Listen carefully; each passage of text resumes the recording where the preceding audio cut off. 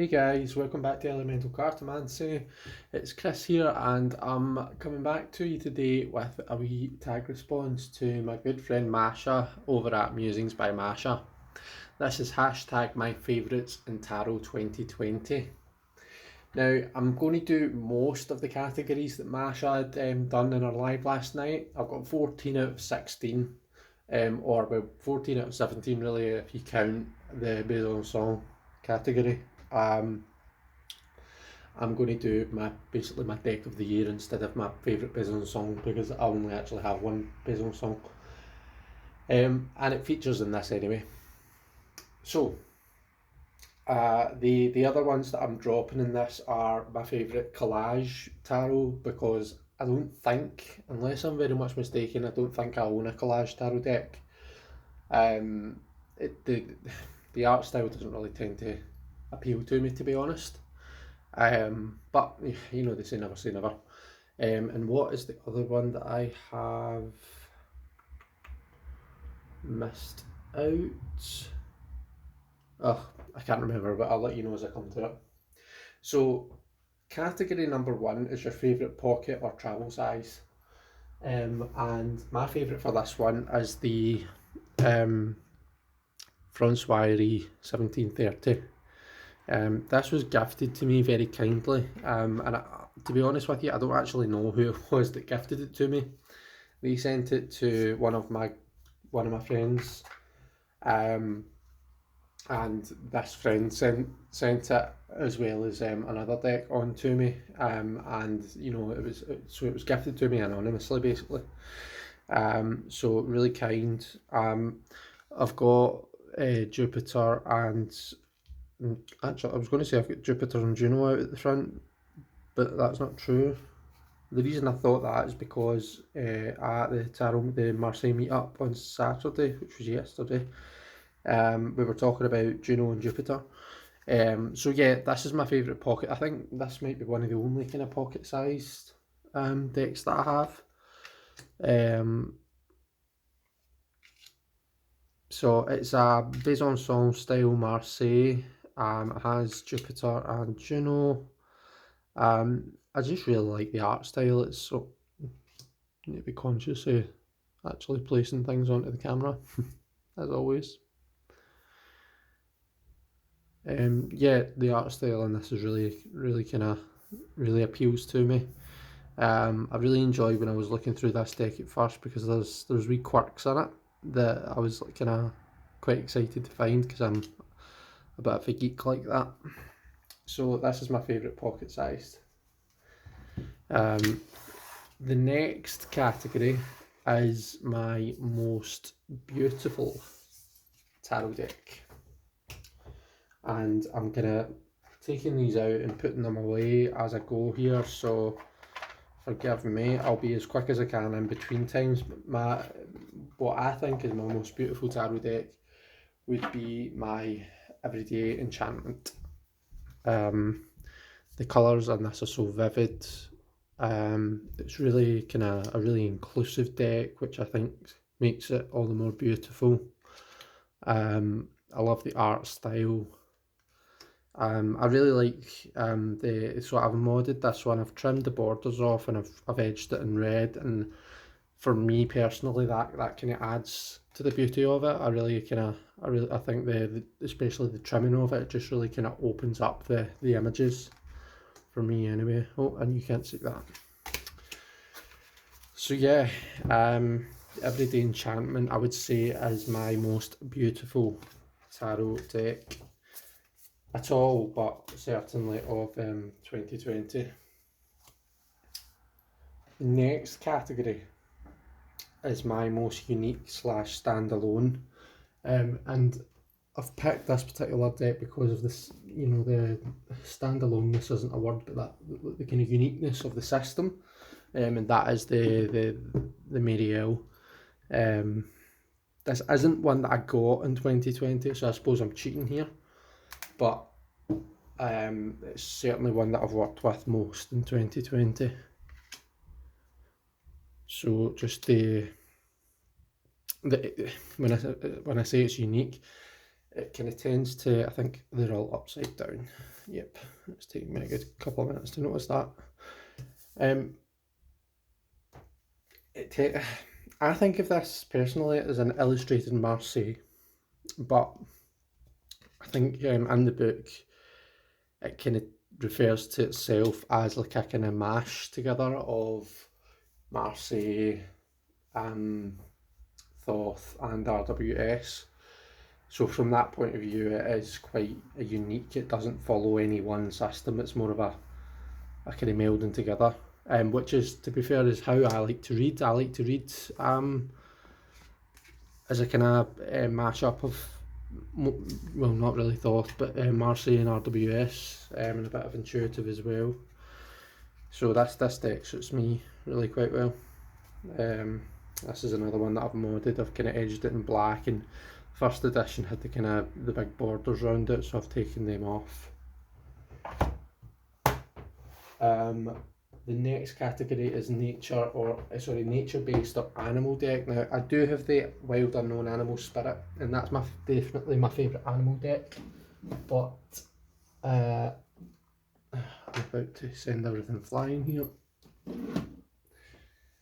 But that's not a tarot deck, so this is specifically tarot deck. So I'm going to use the Wildwood. Oops. Because I've trimmed this deck, it just kind of flies everywhere in the box now.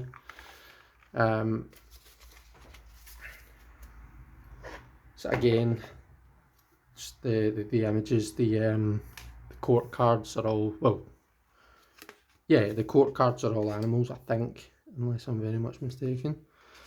It is kind of, it's got a really earthy tone to it, this deck, really kind of foresty type deck. Very, is it pagan? I think it is. It's the kind of Wheel of the Year type idea. I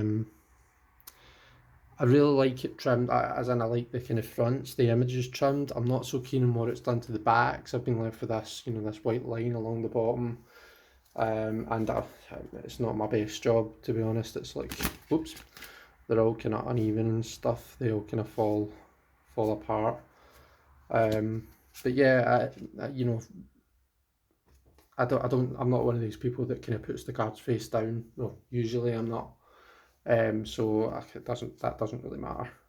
And this is interestingly, this is another deck that kind of, it would count as a kind of standalone system, because it is very, very different from you know, the standard tarot systems that we tend to use. So that was my favourite nature-based deck. The next category is my favourite RWS deck, and that would be my Illuminated. I think this is actually the Illuminated 2. So this was gifted to me by a good friend. So you know, it always has a special place in my heart. Just the this is the bag that it comes in. So yeah, the Illuminated 2 with the black borders, I think that means. So yeah, just the colours. Obviously the images it's reworkings of Pixie's art, but the colours in this deck are stunning. It's really good for when we do our meditation on a Sunday. I like to kind of take cards from this deck and just kind of use that to focus on. Just about.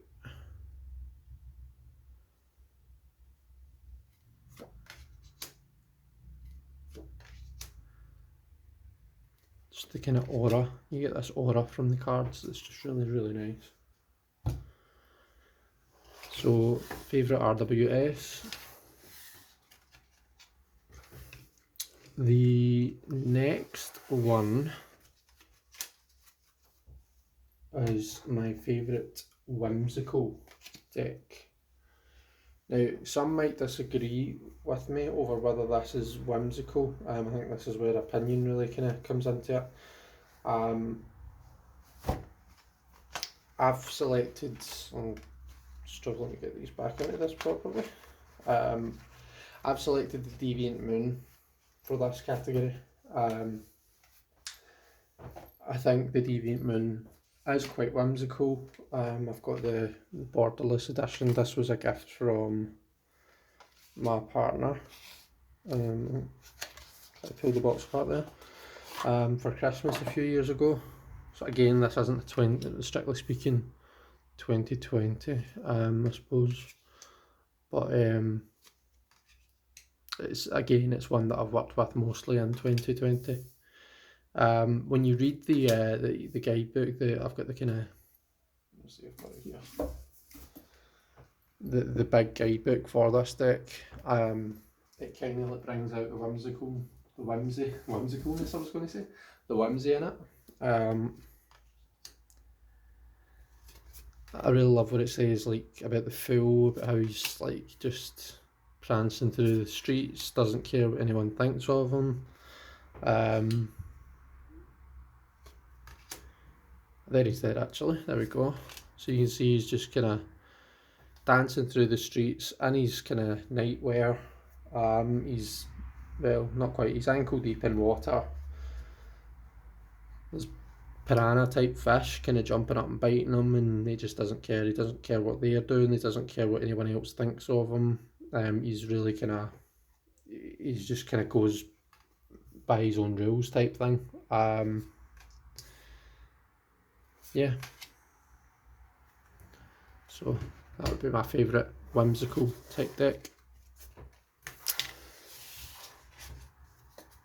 So the next category is my favourite type 1 TDM, Tarot de Marseille.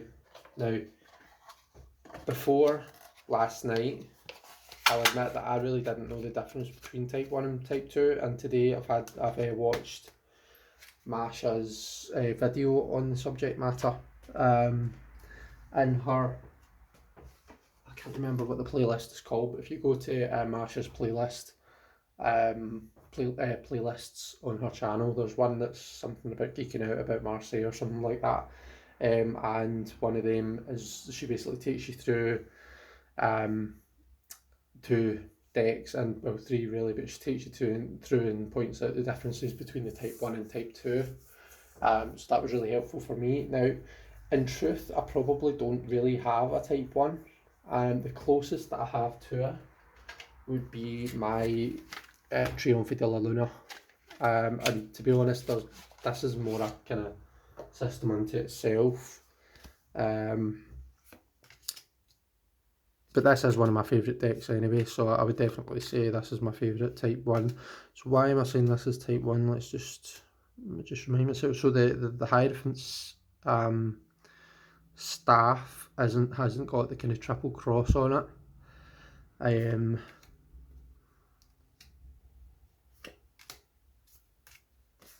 trying to remember now.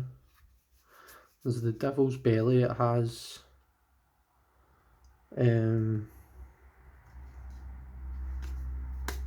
the kind of, does it have the face on it?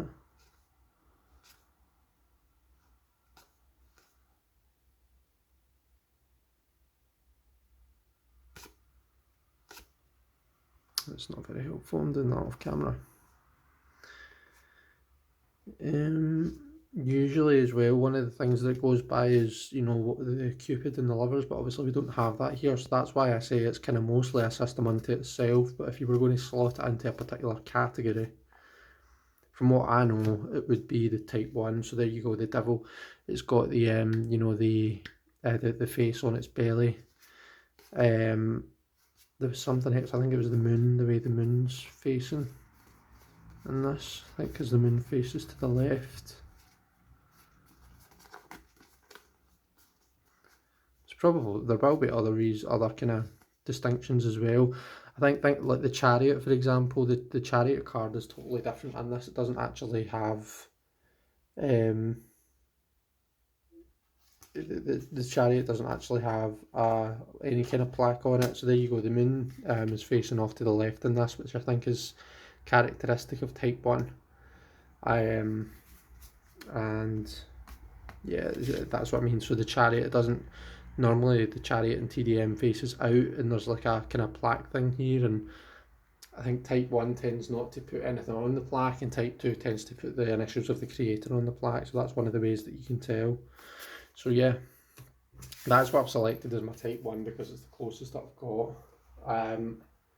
For type 2, I'll go with my, which is the next category, sorry, my Ancien Grimaud Tarot de Marseille. So I really do love this deck. I kind of, as I work with Marseille more and more, I get more and more of an appreciation for it. So let me see if I can take you through and show you some of the kind of characteristics. So being called Le Mat seems to be a type 2 type thing. Whereas in type 1, I think it tends to be called Le Fol or Le Fauve. Or Le Faux rather, it's not, you don't, it's, the V is really a U. See, I'm by no means an expert, so there are like kind of certain distinctions that I've just not remembered. So the moon does face to the left in this, which is more characteristic of a type 1, but I think that's the only kind of type 1 characteristic that it has, if I'm not very much mistaken. So Cupid in the Lovers isn't blindfolded and his legs point to the left of the card from our point of view, and he points the arrow kind of towards the right. The Devil has no face on the belly. Let's see.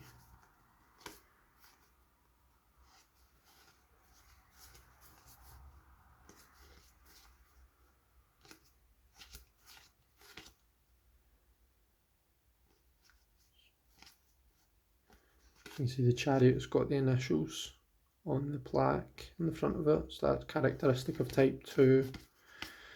I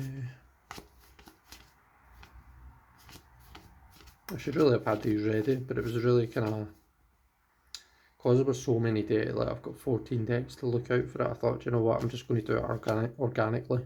There we go, the Pope has got the triple cross staff, and that's another one, the Hanged Man. In type 1 he tends to have hands, his hands tend to be kind of coming up behind his shoulders, and he tends to have his tongue sticking out, which he doesn't here. I think that's just his chin. So yeah, that's my favourite type 2 Tarot de Marseille. And you know, if you're watching this and you're like, that is a type 1 every day of the week, or you know, if I've made a blatant mistake, then please do let me know, because I'm just learning, so be gentle. But yeah, let me know if there's something that's not quite factually correct. Right, so hobby / culture. So hobby was the one that I've kind of selected here. I'm quite into gaming. That was a good place to stop my word. I'm quite into gaming, and I like to play the Pokemon games when they come out. So I've selected my Pokebox tarot, which I got for my birthday just passed. So this is a kind of Pokemon themed tarot deck. It's quite an unusual one, but I really love it. It's massive, the cards are huge, like it's in comparison to my hands, and I've got really big hands. In fact, let's look at it in comparison to a normal tarot card. So you can see it's a bit broader, but it's a fair bit taller.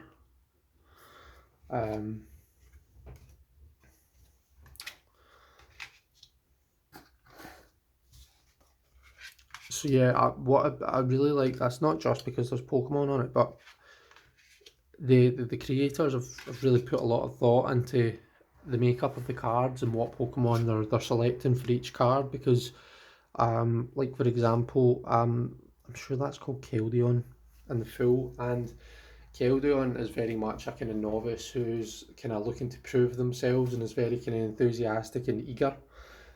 So that was a really good selection for that card.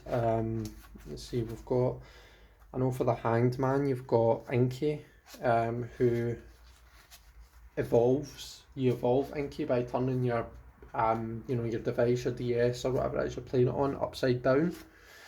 So I thought that was quite cool. So yeah, this is a really well thought out deck, and the art in it is stunning in my opinion. So that was hobby, my favourite kind of hobby style deck. The next category is story, and for this category I have selected the Fairytale tarot. So I got this fairly recently. This was a gift from the lovely Simon at the Hermit's Cave.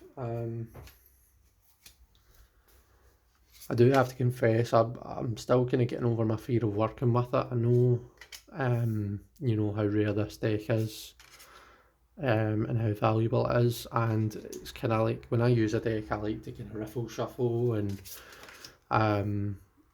not quite throw it about. That's maybe a bit exaggerated, but I like to treat it with love, let's say that. And I'm shit scared to do anything with this one. I don't want to wreck it. But I'm working on that because, you know, it's here to be used. That's the point in it. Just like all of my decks, so I don't want to kind of I don't want it to go wasted, you know. But the art in it is stunning. I do need to kind of look up the stories behind all the cards. I do have quite a few kind of books that will help me in that regard. But yeah, it's just a really lovely, stunning deck, and it was an amazing gift from an amazing friend. So yeah, that was my favourite story type deck.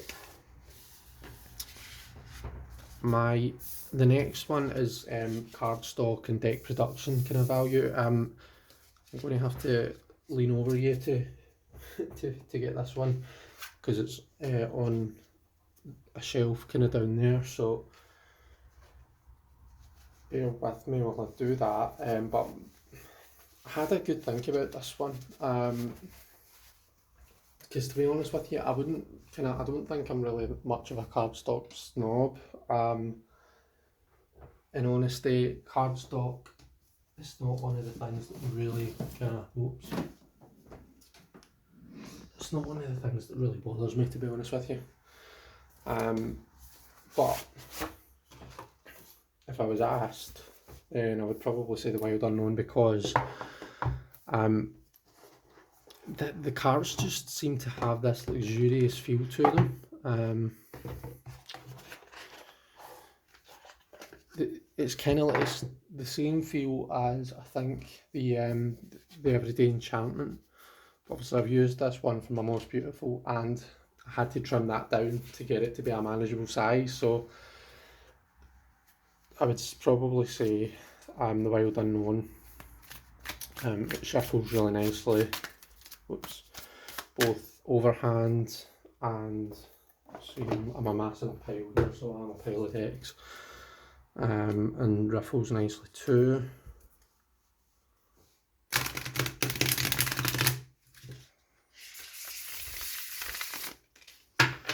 And yeah, the cards just have this really nice kind of, what's the word? How would you describe the feel of that?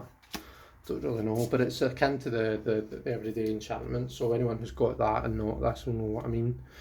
And obviously the pictures are really nice as well. I love the kind of line work. I love the kind of sparing use of colour, because it makes it all the more kind of special when the colours, you know, they do show up.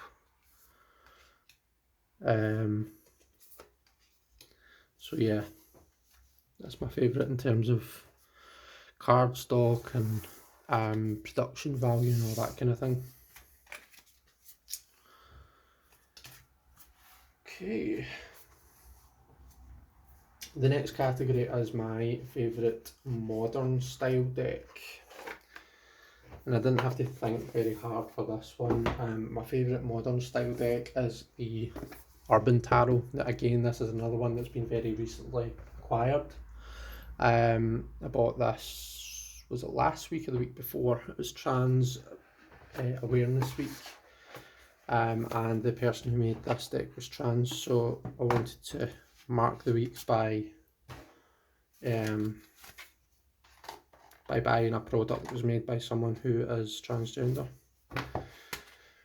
And it is very much it's a Thoth style deck, but it's very much a kind of modern take on it. So you've got like kind of, yeah, there's actually a nod to the RWS Temperance there, but it's in that kind of street graffiti art style.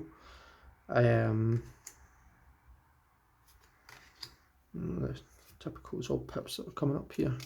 High Priestess is someone in the bath there. Chariot, so that's someone on top of a kind of sports car. The Devil, so you can see it's, I'm going to kind of hold this closer so you can see it. So it shows someone who's kind of in a bathroom smoking, but you can see, I don't know if you can see with the light on the wall, there's like graffiti. So someone's like, it looks here as though someone's drawn a dick on the wall, and you can see that the horns of the devil are kind of made out of the wall graffiti. So yeah, I really like this card. So yeah, that would be my favourite kind of modern style, or what I would say is a modern style deck. My favourite vintage deck is the next one, and this is us on to number 13 out of 14. So we're almost there. My favourite vintage, I had to have a think about what decks of mine would I say are vintage and what decks would I say, you know, would I not say are vintage, but I think I'm going to go with the Universal Weight, the copy of the Universal Weight that I've got. So this is unopenable apparently.